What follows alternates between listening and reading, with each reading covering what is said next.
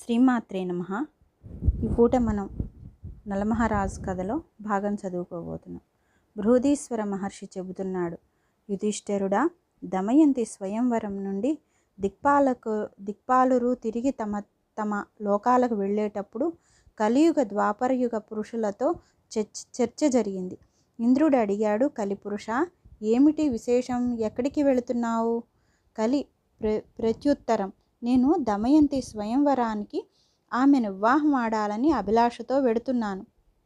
అప్పుడు ఇంద్రుడు చిరునవ్వు నవ్వి, భలేగా ఉంది, ఆ స్వయంవరం ఎప్పుడో జరిగిపోయింది.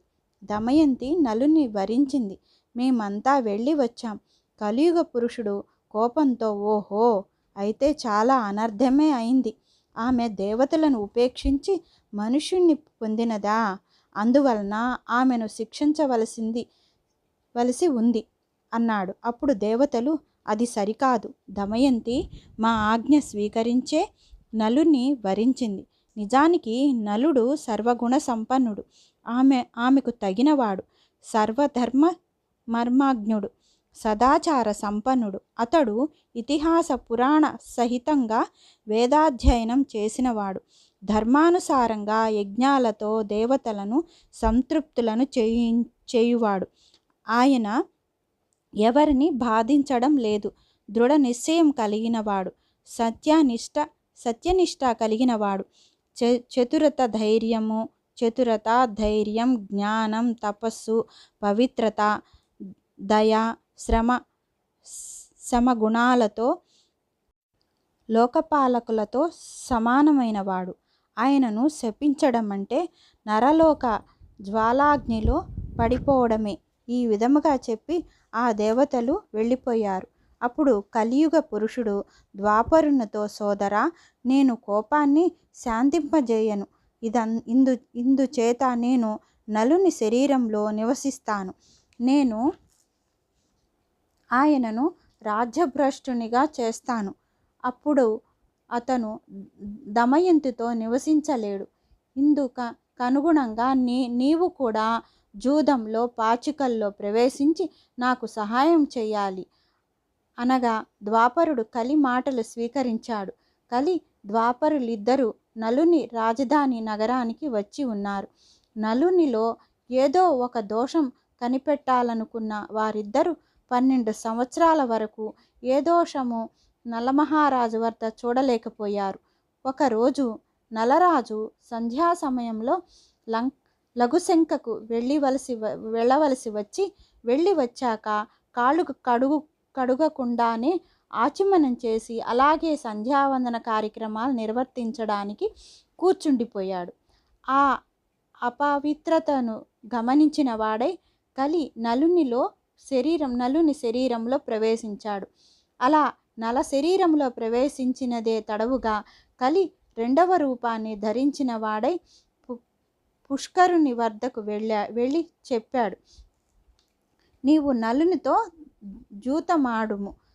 నా సహాయముతో నీవు నలుని ఓడిస్తావు. ఆ విధముగా నిషిధ దేశ రాజ్యాన్ని హస్తగతం చేసుకో.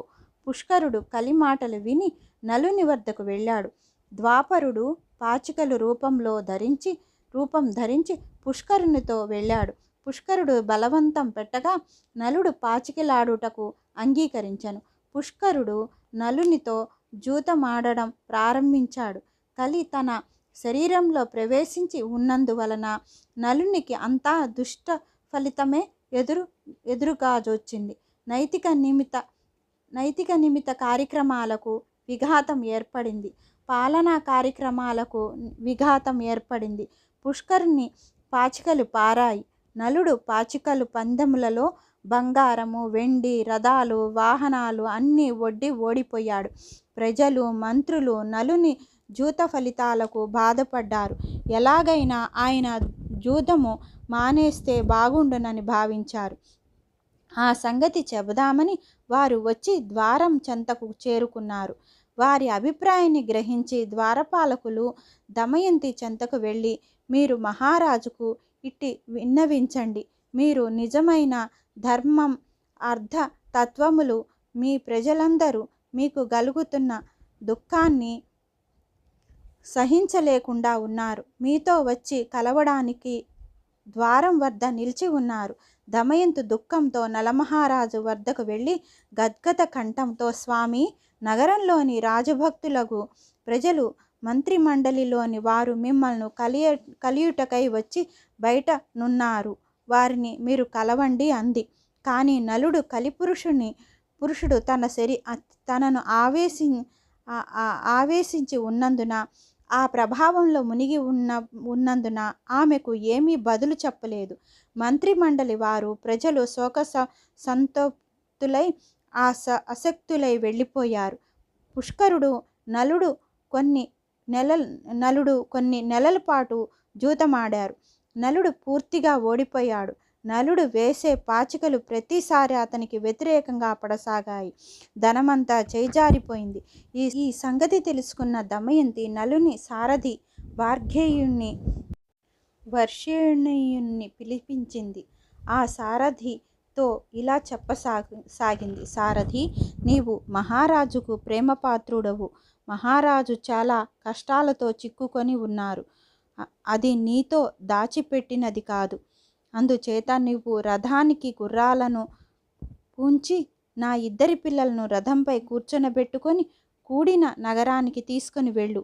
నీకు ఇష్టమైతే అక్కడ ఉండు, లేదా గుర్రాలని రథాన్ని అక్కడ వదిలేసి నీవెక్కడికైనా, ఏ ప్రాంతానికైనా వెళ్ళు.